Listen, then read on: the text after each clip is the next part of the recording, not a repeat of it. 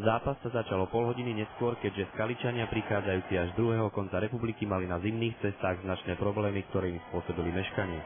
Od úvodného buli videli diváci vyrovnaný súboj s množstvom šancí, ktoré buď hráči oboch tímov trestuhodne pozahadzovali, alebo sa pri nich svojimi skvelými zákrokmi prezentovali brankári Klempa a Rybár.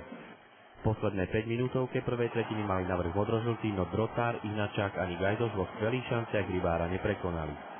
V úvode druhej časti hry unikol domácej obrane Pálfy, zozadu ho hákoval Brejčák, za čo hlavný rozhodca Pavlovič trochu prísne nariadil trestné strieľanie.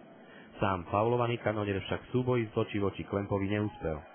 Aj po tomto momente sa hráči oboch tímov predbiehali v zahadzovaní tutoviek. Na kežmarskej strane mali najbližšie ku gólu Stravko a Frank, no ani jeden z nich netrafil puk do odskrytej bránky. V nervóznom závere plnom vzájomných šarvátok zaujala ešte vynikajúca útočná spolupráca Škoviru a Pavlička. Ich vydarenú akciu však zázračne zlikvidoval výborne chytajúci skalický gólman Rybár. V čase, keď už boli diváci pripravení na 5-minútové predĺženie, sa predsa len dočkali gólu, žiaľ v sieti svojho mužstva. 89 sekúnd pred koncom riadneho hracieho času zariadil víťazstvo a 3 body pred záhorákov Školiak, ktorý dostal puk za Klempov chrbát. Kežmarčania sa ešte v posledných sekundách snažili v powerplay vyrovnať, no naopak mohli ešte inkasovať, ak by Pálky mieril do prázdnej bránky presnejšie. Súboj Kežmarku so Skalicou sa napokon skončil futbalovým jednogólovým víťazstvom hostí.